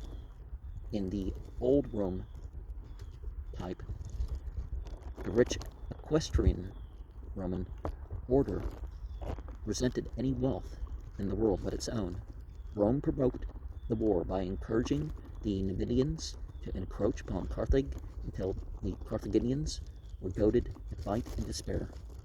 Rome then pounced upon Carthage and declared she had broken the treaty. She had made war without permission. The Carthaginians sent the hostages Rome demanded. They surrendered their arms. They prepared to surrender territory, but submission only increased the arrogance of Rome and the pitiless greed of the rich equestrian order which swayed her councils. She now demanded that Carthage should be abandoned, and the population removed to a spot at least 10 miles from the sea. This demand they made to a population that subsisted almost entirely by overseas trade. This preposterous order roused the Carthaginians to despair. They called back their exiles and prepared for resistance. The military efficiency of the Romans had been steadily declining through a half-century of narrow-minded and base-spirited government, and the first attacks upon the town in 149 BCE almost ended in disaster. Young Scipio, during these operations, distinguished himself in a minor capacity. The next year was also a year of failure for the incompetence of the Senate. That august body then passed from bullying mood to one of extreme panic. The Roman populace was even more seriously scared. Young Scipio, chiefly on account of his name, although he was under the proper age, in other respects not qualified for the office, was made consul and bundled off to Africa to save his precious country. There followed the most obstinate and dreadful of sieges. Scipio built a mole across the harbor and cut off all supplies by land or sea. The Carthaginians suffered horribly from famine, but they held out until the town was stormed. The street fighting lasted for 6 days, and when at last the citadel capitulated, there were 50,000 Carthaginians left alive out of an estimated population of 500,000. The survivors went into slavery. The whole city was burnt. The ruins were plowed to express final destruction, and a curse was invoked with great solemnities on anyone who might attempt to rebuild it. In the same year, 146 BCE, the Roman Senate and equestrians also murdered another great city that seemed to limit their trade, monopolies, Corinth. They had a justification, for Corinth had been in arms against them, but it was an inadequate justification. Section 8. We must note here in brief section a change in the military system of Rome after the Second Punic War that was of enormous importance in her latter development. Up to that period, the Roman armies had been levies of free citizens. Fighting power and voting power were closely connected. The public assembly, by centuries, followed the paraphernalia of a military mobilization and marched, headed by the equestrian centuries, to Campus Martius. The system was very like that of the Boers before the last war in South Africa. The ordinary Roman citizen, like the ordinary Boer, was a farmer. At the summons of his country, he went off on commando. The Boers fought extraordinarily well, but at the back of their minds was an anxious desire to go back to their farms. For prolonged operations, such as the siege of Veii, the Romans reinforced and relevied their troops in relays. The Boers did much the same at the siege of Ladysmith. Or is it Ladysmith? The necessity for subjugating Spain after the Second Punic War involved a need for armies of a different type. Spain was too far off for periodic reliefs, and the war demanded a more thorough training than was possible with these on-and-off soldiers. Accordingly, men were enlisted for longer terms and paid, so the paid soldier first appeared in Roman affairs and booty was added to pay. Cato distributed silver treasure among his command in Spain, and it is also on record that he attacked Scipio Africanus for distributing beauty among his troops in Sicily. The introduction of military pay led on to a professional army, and this, a century later, to the disarmament of the ordinary Roman citizen, who was now drifting in an impoverished state into Rome and the larger towns. The great wars had been won. The foundations of the empire had been well and truly laid by the embattled farmers of Rome before 200 BCE, and the process of the embattled farmers of Rome had already largely disappeared. The change that began after the Second Punic War was completed towards the close of the century in the reorganization of the army by Marius, as we shall tell in its place. After his time, we shall begin to write of the army, and then of the legions. We shall find we are dealing with a new kind of army altogether, no longer held together in the solidarity of a common citizenship. As that tie fails, the legions discover another in esprit de corps, in their common difference from and their common interest against the general community. Is it esprit de corps?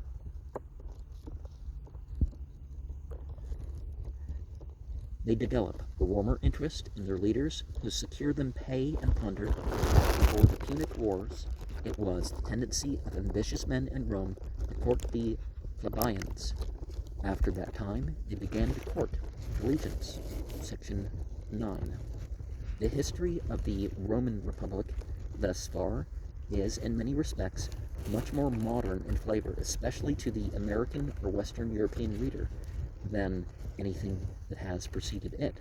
For the first time, we have something like a self-governing nation, something larger than a mere city-state, seeking to control its own destinies. For the first time, we have a wide countryside under one conception of law. We get in the Senate and the popular assembly a conflict of groups and personalities, an argumentative process of control far more stable and enduring than any autocracy can be, and far more flexible and adaptable than any priesthood. For the first time also we encounter social conflicts comparable to our own. Money has superseded barter, and financial capital has become fluid and free, not perhaps so fluid and free as it is today, but much more so than it had ever been before. The Punic Wars were wars of peoples, such as were no other wars we have yet recorded.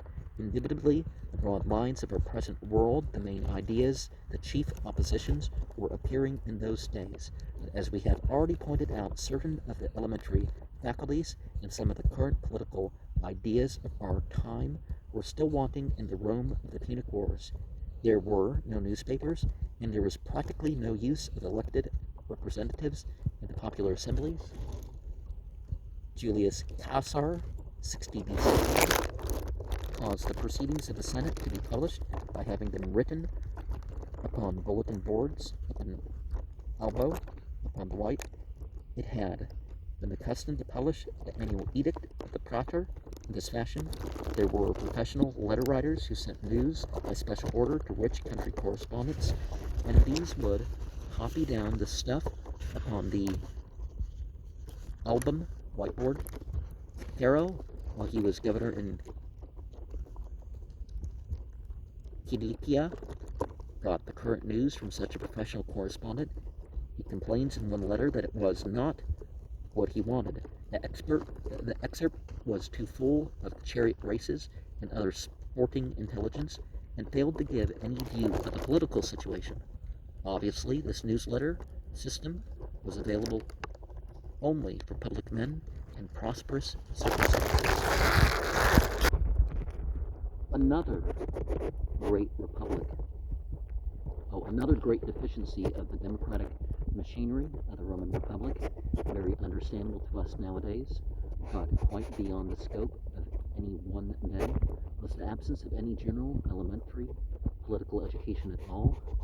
The plebeians of Rome had shown some glimmering of the idea that without knowledge, votes cannot make men free, when they had insisted upon the publication of the law of the 12 tables, but they had never been able. It was beyond the possibilities of the time to imagine any further extension of knowledge to the bulk of the people. It is only nowadays that men are beginning to understand fully the political significance of the maxim that knowledge is power. British trade unions, for example, recently set up a labor college to meet the special needs of able working men in history, political and social science, and the like. That education in Republican Rome was the freak of the individual parent, and the privilege of wealth and leisure was mainly in the hands of Greeks, who were in many cases slaves. There was a thin, small stream of very fine learning and very fine thinking up to the first century of the monarchy.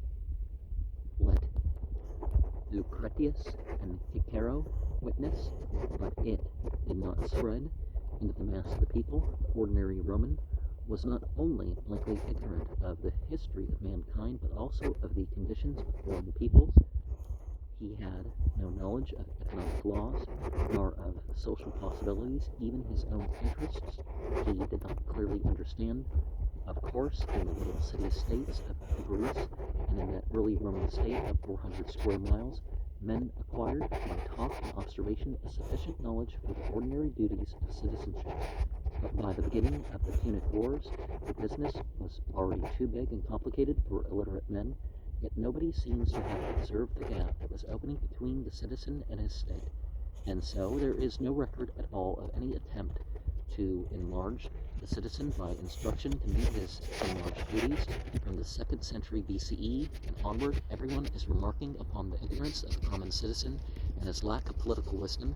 Everything is suffering from the lack of political solidarity due to the ignorance. But no one goes on to what we should now consider the inevitable corollary. No one proposes to destroy the ignorance complained of. There existed no means whatever for the instruction of the masses of the people in a common political and social ideal. It was only with the development of the great propagandist religions in the Roman world, of which Christianity was the chief and the survivor, that the possibility of such a systematic instruction of great masses of people became apparent in the world. That very great political genius, the Emperor Constantine the Great, 6 centuries later, was the first to apprehend and to attempt to use this possibility for the preservation and the mental and moral knitting together of the world community over which he ruled. But it is not only in these deficiencies of news and of education and of the expedience of the representative government that this political system of Rome differed from our own. True, it was far more like a modern civilized state than any other state we have considered hitherto, but in some matters it was strangely primordial and sub-civilized. Typically, when people talk about where was civilized and where wasn't, they're just sharing their ethnocentric prejudices. Every now and then, the reader of Roman history, reading it in terms of debates and measures, policies, and campaigns, capital, and labor, comes upon something that gives him much the same shock he would feel if he went down to an unknown caller in his house and extended his hand to meet the mishappen hairy paw of Homo neanderthalensis and looked up to see a chinless, bestial face. We have noted the occurrence of human sacrifice in the 3rd century BCE, and much that we learn of the religion of Republican Rome carries us far back beyond the days of decent gods to the age of shamanism and magic. We talk of a legislative gathering, and the mind flies to Westminster. But how should we feel if we went to see the beginnings of a session of the House of Lords and discovered the Lord Chancellor with bloody fingers portentously fiddling about among the entrails of a newly killed sheep? Now, does it really matter what oracles people are using? And considering the modern ways of animal slaughter, it's not like we're any more humane nowadays. Well, I am, but, not the people who buy at the grocery store and eat that stuff. The mind would recoil from Westminster to the customs of Benin, and the slavery of Rome was a savage slavery, altogether viler than the slavery of Babylon. We have had a glimpse of the virtuous Cato among the slaves in the 2nd century BCE. Moreover, in the 3rd century BCE, when King Asoka was ruling in India, in light and gentleness, the Romans were reviving an Etruscan sport, the setting on of slaves to fight for their lives. One of the wonders of West Africa, again in the origin of this amusement, it grew out of the prehistoric custom of a massacre of captives at the burial of the chief. There was a religious touch about this sport. The slaves with hooks who dragged the dead bodies out of the arena wore masks to represent the infernal ferryman god Kron. In 264 BCE, the very year in which Asoka began to reign and the First Punic War began, the first recorded gladiatorial combat took place in the Forum at Rome to celebrate the funeral of a member of the old Roman family of Brutus. This was a modest display of 3 couples, but soon gladiators were fighting by the hundred. The taste for these combats grew rapidly, and the wars supplied an abundance of captives. The old Roman moralists were so severe upon kissing and women's ornaments, and Greek philosophy had nothing but good to say for this new development. So long as pain was inflicted, Roman morality, it would seem, was satisfied. If Republican Rome was the first of a modern self-governing national communities, She was certainly the Neanderthal form of the, well, Neanderthal. There's reason to think they cared more for their disabled and elderly and all that kind of stuff, and were less about causing conflict for conflict's sake. But, you know, we kind of don't know enough to make a complete judgment, do we? In the course of the next 2 or 3 centuries, the gladiatorial shows of Rome grew to immense proportions to begin with. While wars were frequent, the gladiators were prisoners of war. They came with their characteristic national weapons, tattooed Britons, Moors, Scythians, Negroes, and the like. And there was perhaps some military value in these exhibitions. Then criminals of the lower classes, condemned to death, were often used. Now, it shouldn't matter what your wealth or whatever is your crime. An ancient world did not understand that a criminal condemned to death still has rights, and at any rate, the use of a criminal as a gladiator was not so bad as his use as material for the vivisectors of the Museum of Alexandria. Well, what about the rights of the people, too, And modern prisons aren't exactly an alleviation from abuses. But as the profits of this sort of show business grew and the demand for victims increased, ordinary slaves were sold to the trainers of gladiators, and any slave who had aroused his owner's spite might find himself in an establishment for letting out gladiators, and dissipated young men who had squandered their property and lads of spirit would go voluntarily into trade for a stated time, trusting to their prowess to survive. As the business developed, a new use was found for gladiators. As armed retainers, rich men would buy a band and employ it as a bodyguard or hire it out for profit at the shows. The festivities of a show began with a ceremonial procession, pompa, and a sham fight. For Lucio, the real fighting was heralded by trumpets. Gladiators who objected to fight for any reason were driven on by whips and hot irons. Oh, well, this is the guy earlier in this chapter. Took out a leather strap to hit people. A wounded man would sometimes call for pity by holding up his forefinger. The spectators would then either wave their handkerchiefs in token of mercy or condemn him to death by holding out their clenched fists with the thumbs held in some fashion that indicated death. Kind of like the Black Power thing, right? Authorities differ here as to the exact signal. Mayer says thumbs up to the breast meant death, and thumbs down meant lower that sword. The common persuasion is that thumbs down meant death. The slain and nearly dead were dragged out to a particular place, the Spoliarium, where they were stripped of their arms and possessions, and those who had not already expired were killed. Gladiators from a wall painting at Pompeii.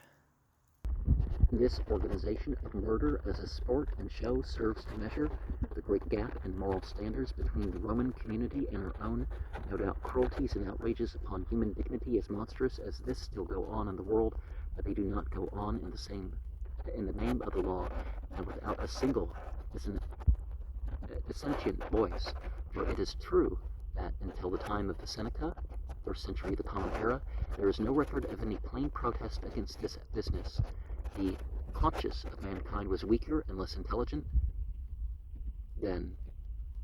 And now, well, perhaps they just didn't preserve it. Presently, a new power was to come in the human conscience through the spread of Christianity. The spirit of Jesus and Christianity became the great antagonist in the later Roman state of these cruel shows and of slavery. And as Christianity spread, these two evil things dwindled and disappeared. Well, what about what they did with the West, one of the most cruel forms of slavery invented? And